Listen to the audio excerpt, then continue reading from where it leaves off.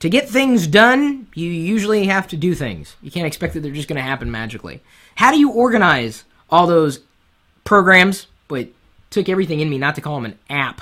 I call everything that runs an app. I used to call them programs, utilities, tools. Now everything's an app. I don't care what it runs on, if it's Windows, OS 10, Linux, iOS, Android, whatever. It's an app. It's a program. It does something. It's designed to make things easier for you to do something else, whatever platform you choose. Well, if you happen to choose something like Windows 7, which I know many of you have chosen as your desktop operating system, at least today, and maybe in the future if you don't really like what Windows 8 has to offer, did you realize you could do things with that taskbar? That's the bar that typically runs at the bottom of the screen.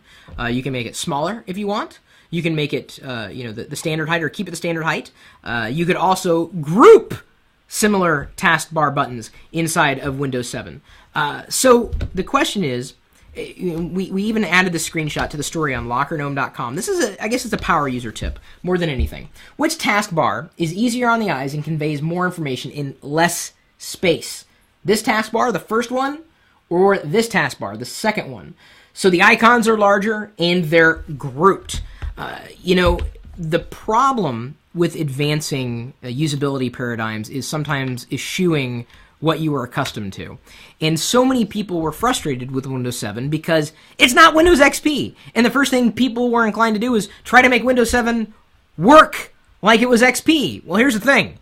Windows 7 is not XP, and that's a good thing. If you're not using Windows 7 for its strengths, you're really missing out. And I realize that's going to be something you're going to have to remember the next time you go to upgrade Windows, and assumedly it'll be at some point. Moving from Windows 7 to Windows 8 will be a dramatic change, more of a dramatic change than it was between Windows XP and Windows 7. Or, heaven forbid, Windows Vista, anything else. Sorry, not a fan. So, we explain how to group taskbar buttons in Windows 7. These are really power user tips. You take a deeper look at what's sitting in front of you, and you may not even realize that you could do certain things. Like right-click, I realize this has nothing to do with the article, but right-click a YouTube video. Have you done that lately? Look at all the options that are available to you, whether you're using an HTML5 embed or the classic Flash embed.